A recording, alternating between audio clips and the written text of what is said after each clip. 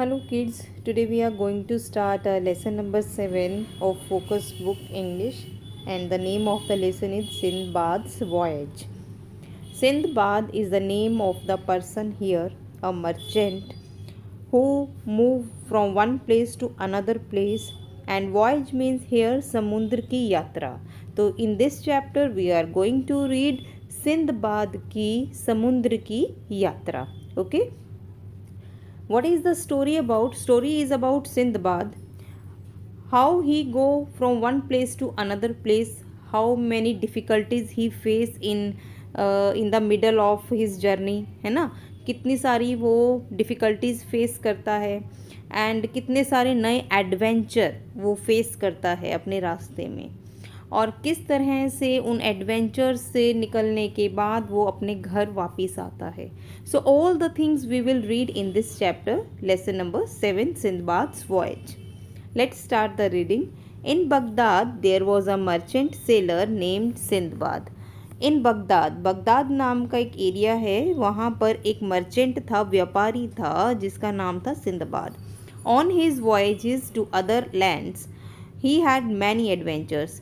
एक जगह से दूसरी जगह उसकी समुद्र की यात्रा चलती रहती थी, एक लैंड से दूसरी लैंड पर, और उस जर्नी के दौरान उसने बहुत सारे एडवेंचर्स को फेस किया. एडवेंचर क्या होते हैं? एडवेंचर होते हैं साहसिक कार्य, बहादुरी वाले काम. Okay, here he narrates one of his adventures. और यहाँ पर सिंदबाद ने खुद, क्योंकि वो अपनी कहानी खुद लिख रहा है, इसीलिए सिंदबाद यहाँ पर क्या है? नरेटर है, कहानी कहने वाला है.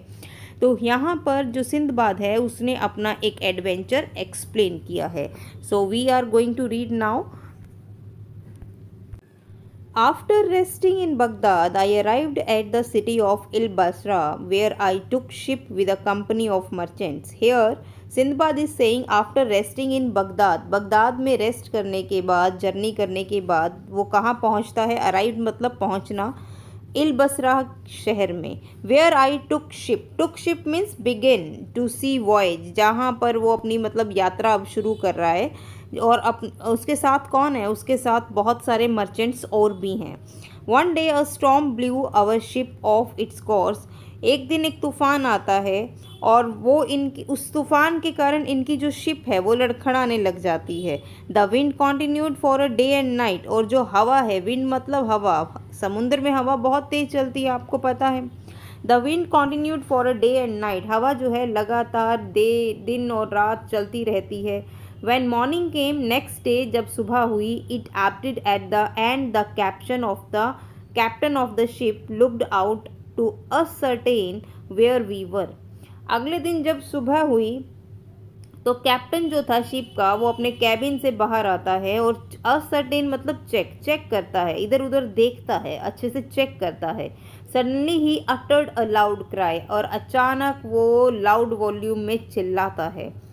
He said the storm has driven us to a harmful place. और वो क्या कहता है कि ये जो स्टॉर्म था, ये जो तूफ़ान था, वो उन्हें कहाँ ले आया है? एक हार्मफुल जगह पर, एक भयानक, एक खतरनाक जगह पर ले आया है. See the mountain of apps. Apps क्या होते हैं? एप्स होते हैं बंदर की तरह दिखने वाले एनिमल होते हैं ये.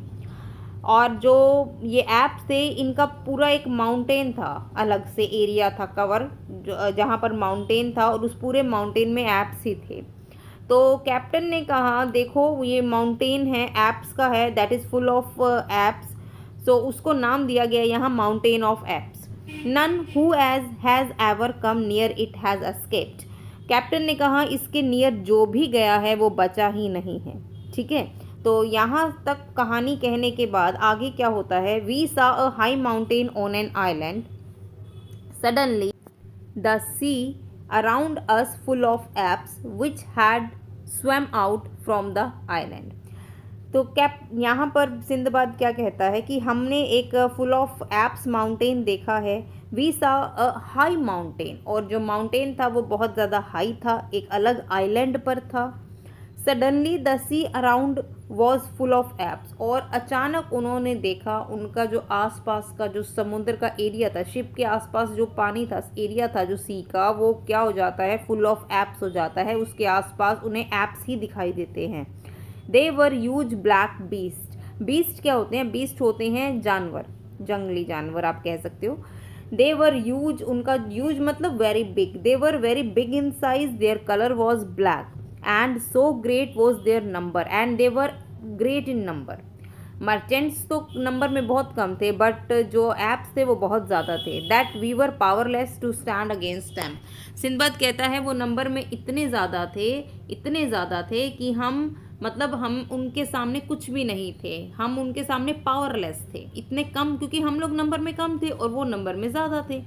दे climbed up the sides of the ship and seize the rock. वो क्या किया उन्होंने, वो चढ़ जाते हैं शिप्स की साइड्स पर, रॉप्स को काटने की कोशिश करते हैं अपने शार्प टीथ से, which made the sails powerless, और जो सेल्स को क्या बना देती है, पावरलेस बना देती है। And the vessel drifted with tide and wind to the shore. जैसे ही वो पावरलेस बनाती है और हवा के कारण जो शिप है वो किनारे पर चली जाती है। We were seized by the apes, अब सारी तरफ उनके कौन थे, एप्स ही थे। And set on the land, after which they return to the ship and bent fresh ropes. उन्होंने क्या किया, वो लैंड पर उतरते हैं, क्योंकि उनके सारी तरफ अब क्या थे, एप्स थे, वो लैंड पर उतरते हैं। After which they return to the ship, थोड़ी देर के बाद वो शिप में वापस आते हैं। एंड बेंट फ्रेश रॉप्स, और नई रॉप्स बांधना सेल्स पे शुरू करते हैं। And set the sails and departed over the sea, जैसे ही उन्होंने सेल्स को सेट किया वो सी में दोबारा वापस जाने लगते हैं, क्योंकि वहाँ पर एप्स बहुत ज़्यादा थे और उन्हें वहाँ से बचकर निकलना था। We were very scared, scared means डरना, बहुत ज़्यादा वो लोग डर गए थे। Since all sailors feared the mountain of apes and no ship would ever approach the island to rescue us. कहता है इतना ज़्यादा वो आइलैंड, मतलब कोई नहीं था, बहुत एक कॉर्नर में पड़ जाता था आइलैंड, वहाँ कोई आता जाता नहीं था, और नंबर ऑफ एप्स भी थे वहाँ पर, तो वो बहुत ज़्यादा डर गए थे, क्योंकि वहाँ पर एप्स थे और वहाँ पर उन्हें बचाने के लिए कोई भी शिप रेस्क्यू करने के लिए नहीं आने वाला था। यहाँ दो क्वेश्चन हैं, डिस्कस करते हैं इसको। Why did captain utter a loud cry, captain जो था वो लाउड क्राई में मतलब बहुत ऊंची आवाज में चिल्लाया था, वो क्यों चिल्लाया था? Can you give me the answer of this? Yes, क्योंकि वो एक हार्मफुल प्लेस पर आ चुके थे। सेकंड है यहाँ, why were Sinbad and the sellers very scared, वो बहुत ज़्यादा डरे हुए थे, क्यों? क्योंकि उन्हें वहाँ रेस्क्यू करने के लिए कोई नहीं आने वाला था। वो जो आइलैंड था एक अलग कॉर्नर में था, उनका वहाँ से रेस्क्यू करना बहुत मुश्किल था, कोई उन्हें ना बिल्कुल उम्मीद ही नहीं थी। So these were the questions.